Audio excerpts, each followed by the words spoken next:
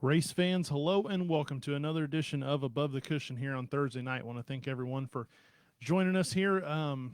Everyone saw the post from today. The announcements were made from the World of Outlaws and the United States Modified Touring Series.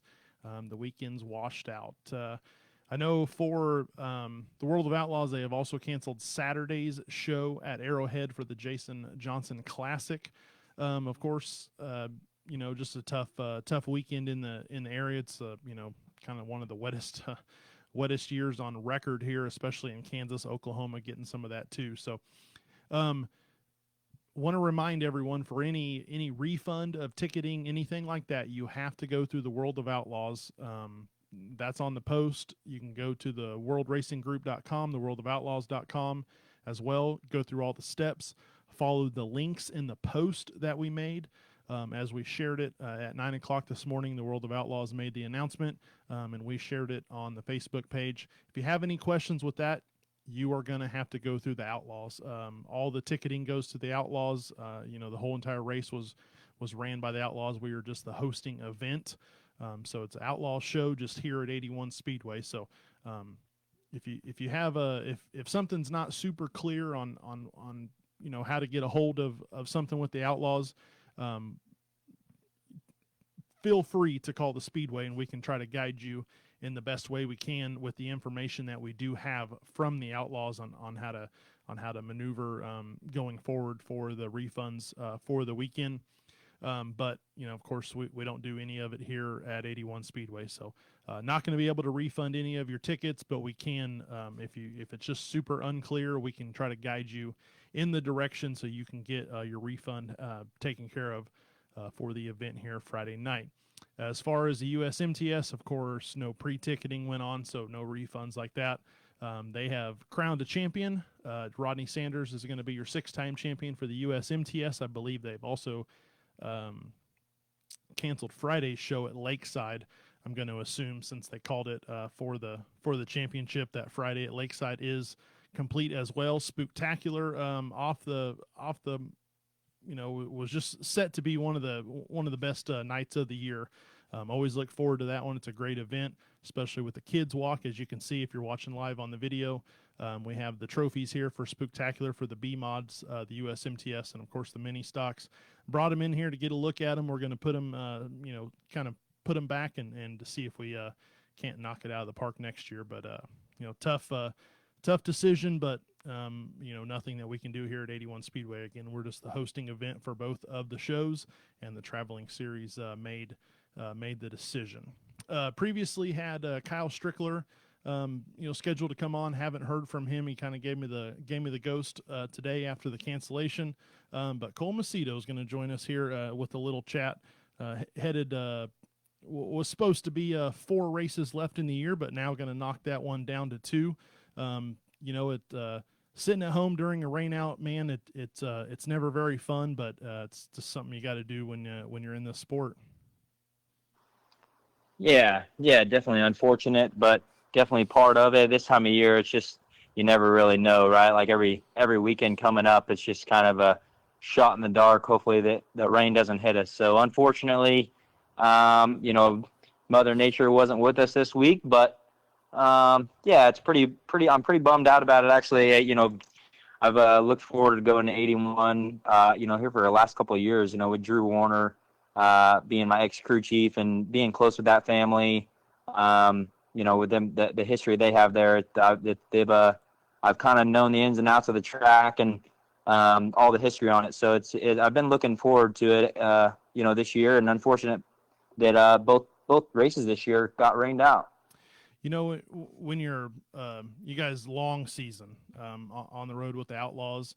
When you have kind of a double rain out, how do you try to keep the momentum and the hype up with your team to because you guys are going to head to Charlotte for the finale, and what do you do to just try to keep morale kind of up? Of course, all the racers, all the crew, everyone is bummed out. We live to race, and when we can't do it, then it's a kind of a downer. Yeah, I think that obviously the driver is typically more bummed out than anybody.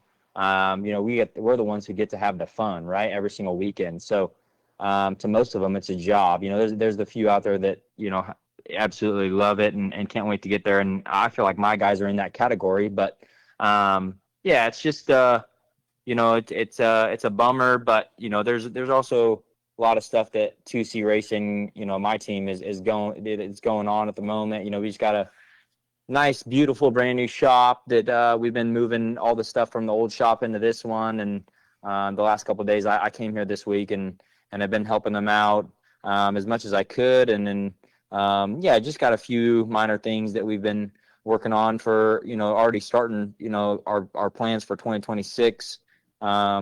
Just tinkering around the shop. I'm sure that everybody's bummed out that we're not racing, but these guys they work every day of the week, so there's no stopping for them just because they don't we don't have a race to go to this week. There's plenty to do here in the shop, and they can kind of try to play catch up for this week for sure.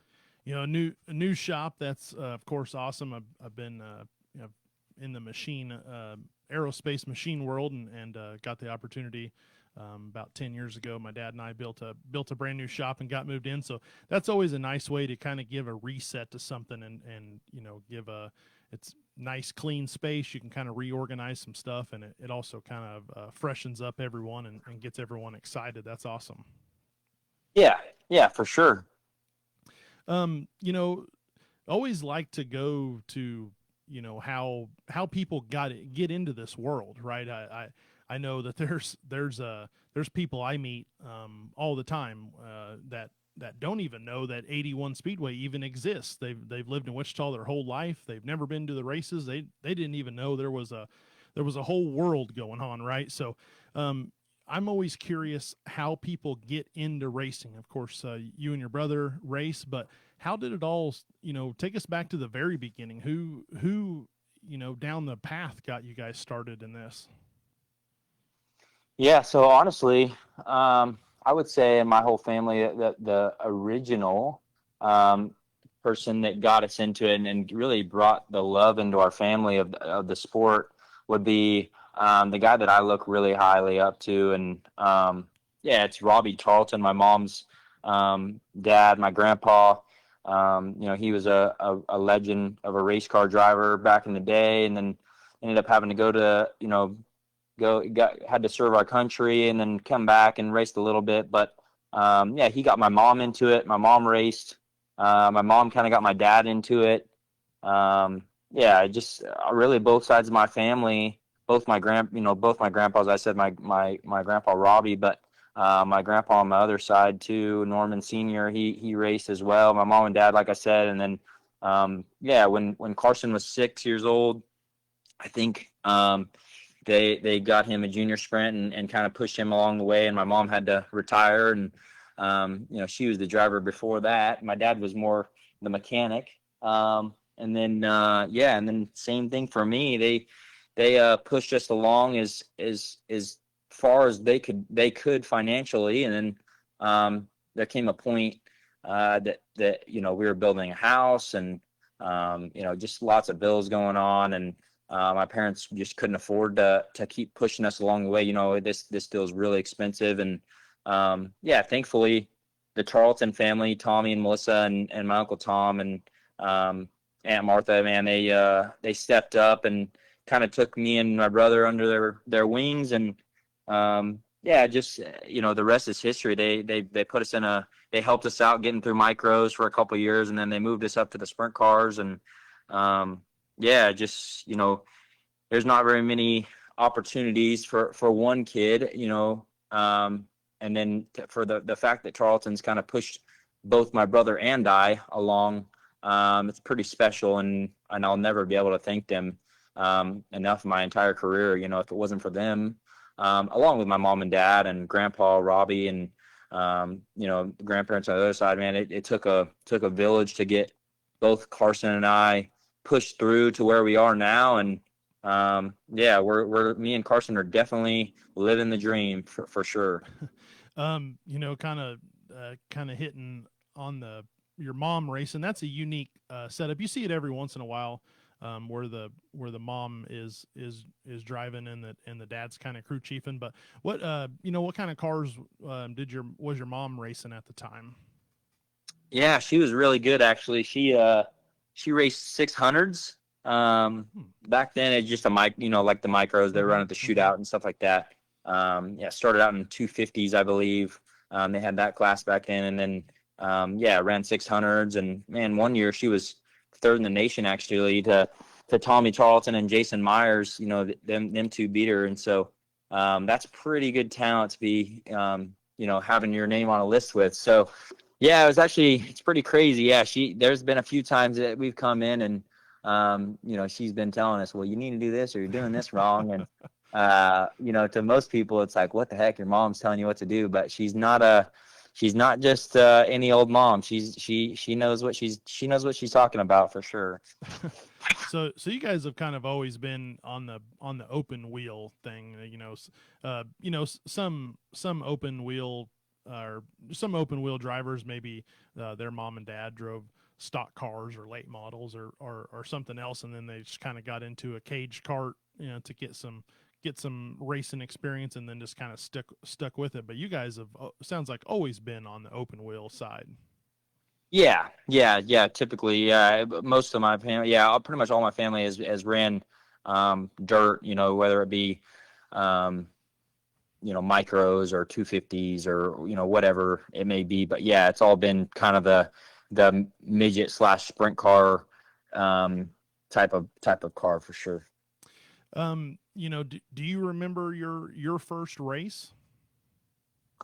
Yeah, actually I do. I ran for one of my buddy's dads, Davey Key, at Plaza Park there in Visalia, California, near where I lived. And yeah, he Cody Key, Davey's son, grew up racing with Carson. He's about Carson's age, and they both moved up to the restricted and stuff. And my dad was like, "Well, we're gonna see if he likes it before we buy him a car and make the investment and everything." So I actually ran the Davy Key Racing number 15 the first night I ran a little junior sprint, and yeah, the rest is history. I feel like if you have a kid and you're just gonna want to put them in there just to make sure they're like it, you might as well just buy them a car, because I haven't seen very many kids go out there and drive a race car around in circles and come in and say that it wasn't fun. So yeah, I think they kind of knew the answer before they sent me out there. But yeah, yeah, thank God they did.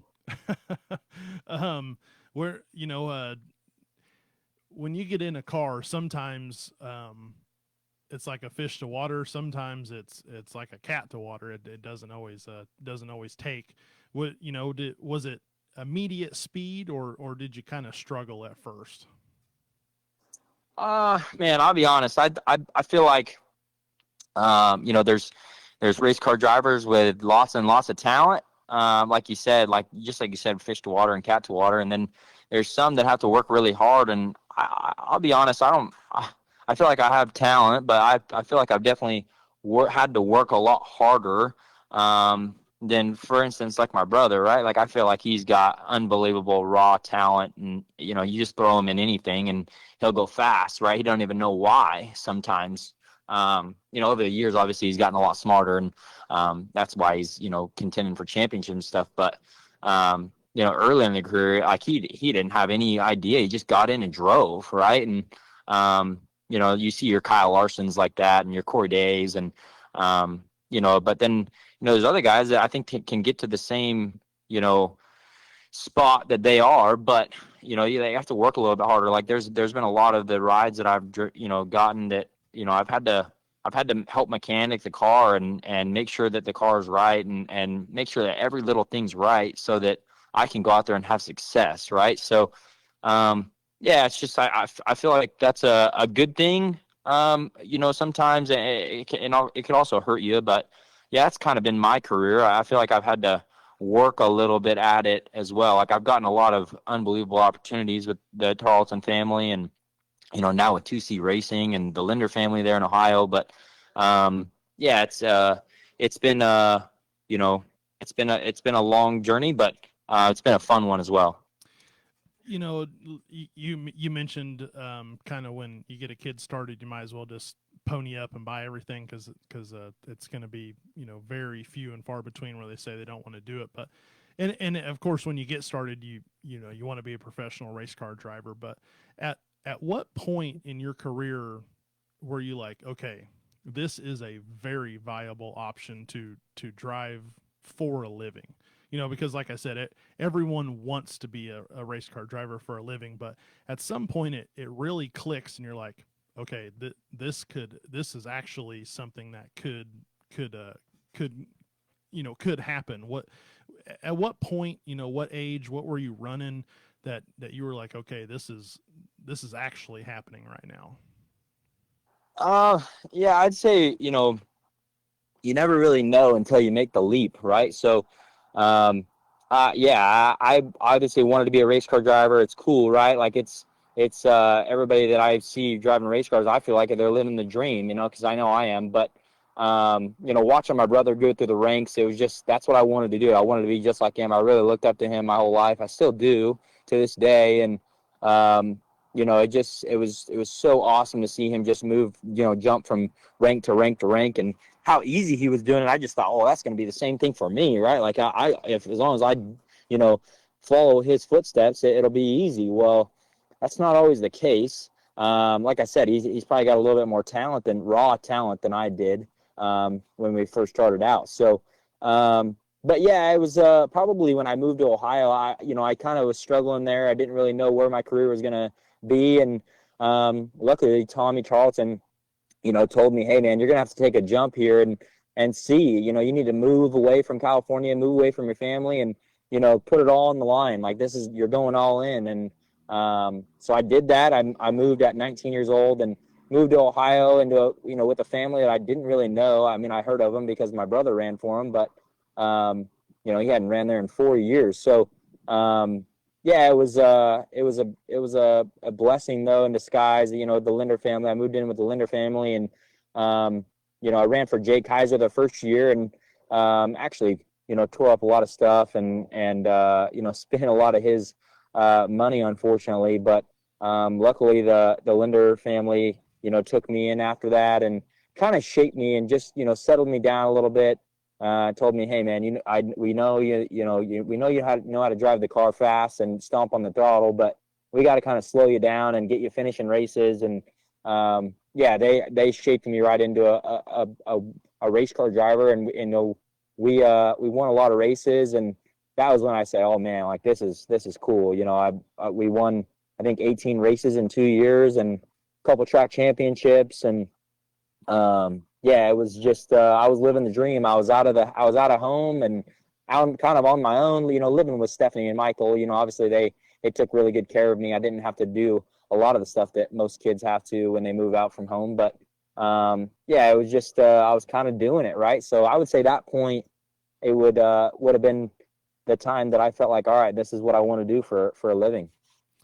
Kind of fast forward a couple years, but you guys are gonna, you're gonna go full time Outlaws racing. You're gonna make that jump, and I think everyone's heard a couple stories where some teams are like, we've been preparing for 10 years to go run with the Outlaws, or 2 years, but it and of course couple races away from the first full run at it. But what was really the decision to run the Outlaws?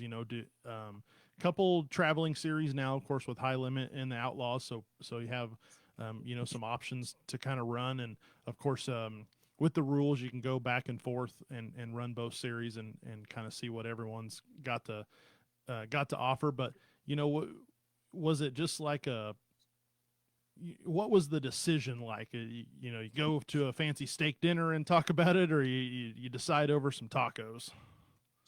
Yeah, I think that, Todd, my stance is I just wanted to race professionally on a national touring series. So, to be completely honest with you, until I found a ride, I was just like, man, I don't care where I go. I just need to find a ride on the national tour.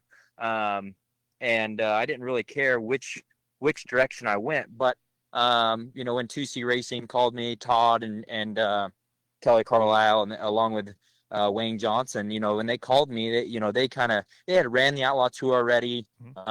Wayne, he's been racing for a while, and he's kind of got that old school theory. The Outlaws is what everybody looks up to, and same with me, right? Like I grew up wanting to be a World of Outlaws sprint car driver. There was no high limit. There was Right. there was All Stars and stuff like that, but the World of Outlaws was it, right? So, but yeah, so, along with Wayne, like he had seen all the other series, along the way, but the Outlaws were still there, and so that was kind of his mindset of, well, we're going to go with the series that's been around for the longest, and yeah, they always wanted to have I think Todd and Kelly Carlisle always wanted their team all competing on the World of Outlaw level. So, yeah, it was a dream come true, and man, I've been having a really good time this year. There's been some growing pains for sure, but yeah, it's just me and Wayne I think are starting to mesh, and the last 10 races or so, I feel like it's been able to be seen finally, and we're consistently in the top 10 and